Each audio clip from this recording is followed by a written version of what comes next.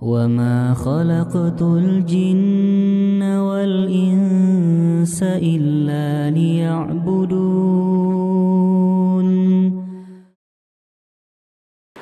اسلام میں سب سے اہم چیز جس پر ایمان لانا اسلام کا سب سے پہلا دروازہ ہے، اور جس کے بارے میں ذرا برابر بھی شک کرنا یا اس کے خلاف کوئی کام کرنا جنت سے محرومی کا سبب بنتا ہے۔ یعنی توحید یہ کہ اللہ تعالی ہی عبادت کا مستحق ہے، اللہ کے سوا عبادت کے لائق کوئی نہیں، اور شرک سے توبہ ایک ایسا عمل ہے جس کے بغیر انسان جنت کا مستحق نہیں بن سکتا۔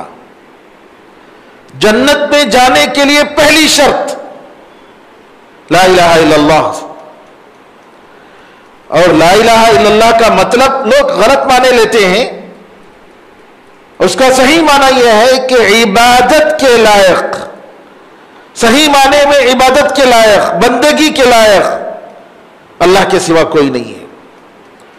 ورنہ کفار مکہ بھی اللہ پر ایمان رکھتے تھے، بلکہ ایسا ایمان رکھتے تھے آج جو لوگ قبروں میں جا کر اولیاء کی عزت اور احترام کے نام پر اولیاء کو پکارتے ہیں، ان سے بھی بہتر ایمان کفار قریش کا تھا۔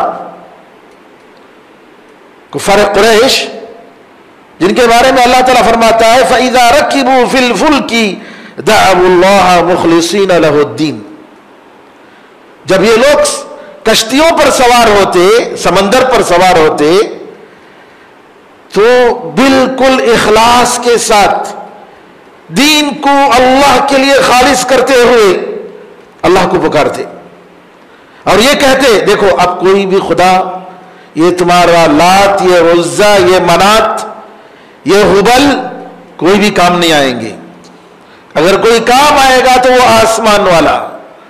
قرآن میں اللہ نے کئی جگہ فرمایا فَإِذَا رَكِبُوا فِي الْفُلْكِ دَعَوُا اللَّهَ مُخْلِصِينَ لَهُ الدِّينَ فَلَمَّا نَجَّاهُمْ إِلَى الْبَرِّ إِذَا هُمْ يُشْرِكُونَ۔ لیکن اللہ تعالیٰ سمندر کے طوفانوں سے ان کو نجات دے کر جب خشکی پر لاتا ہے، اللہ کہتا ہے کہ یہ لوگ اللہ کے ساتھ شرک کرتے ہیں۔ خوشحالی میں اللہ کے ساتھ شرک کرتے تھے، اور مصیبت کے موقع پر کیا کرتے؟ صرف اللہ کو پکارتے۔ آج کے جو مسلمان ہیں نعوذ باللہ مصیبت کے موقع پر بھی اللہ تعالیٰ کو نہیں پکارتے۔ علامہ صدیق حسن خان رحمہ اللہ اپنے حج کے سفر نامے میں لکھتے ہیں، اس زمانے میں فلائٹیں نہیں تھیں، بھوپال کے وہ بادشاہ تھے، اور کہتے ہیں کہ ہم حج کے سفر کے لیے ہم کشتیوں پر سوار ہوئے، تقریباً 1 مہینہ 40 دن کا سفر تھا، کلکتہ سے ہوتے ہوئے گئے، کہتے ہیں راستے میں طوفان آ گیا، زبردست طوفان، اس طریقے سے کہ جو ہے ہر آدمی ڈرنے لگا کہ بتائیں آپ کب جہاز ڈوب جائے، اپنی زندگی اور موت کا سوال۔ ایسے موقع پر یہ حج کرنے والے مسلمان کیا کہنے لگے؟ اللہ کو انہوں نے نہیں بلایا، جن کے نام پر لبیک کہتے ہیں، لبیک اللہم لبیک، اس کو نہیں بلایا، یا غوث یا غوث، نعوذ باللہ من ذالک۔ کس کو؟ عبد القادر جیلانی رحمت اللہ علیہ کو پکار رہے ہیں مصیبت کے موقع پر۔ علامہ صدیق حسن خان رحمت اللہ علیہ نے کہا تو یہ تو شرک ہے، اللہ سے توبہ کرو، معافی مانگو، تم شرک کر رہے ہو، ایسا نہیں کرنا چاہیے، صرف اللہ کو پکارنا چاہیے۔ کہتے ہیں ارے کون وہاں بھی آ گیا، پکڑو اس کو، نعوذ باللہ من ذالک۔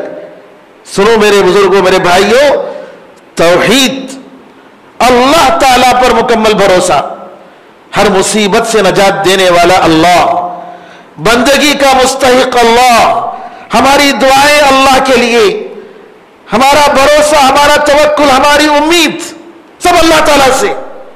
ہم اللہ کے سوا کسی کے سامنے ہاتھ نہیں اپنے اٹھائیں گے، کسی سے ہم امید نہیں رکھیں گے۔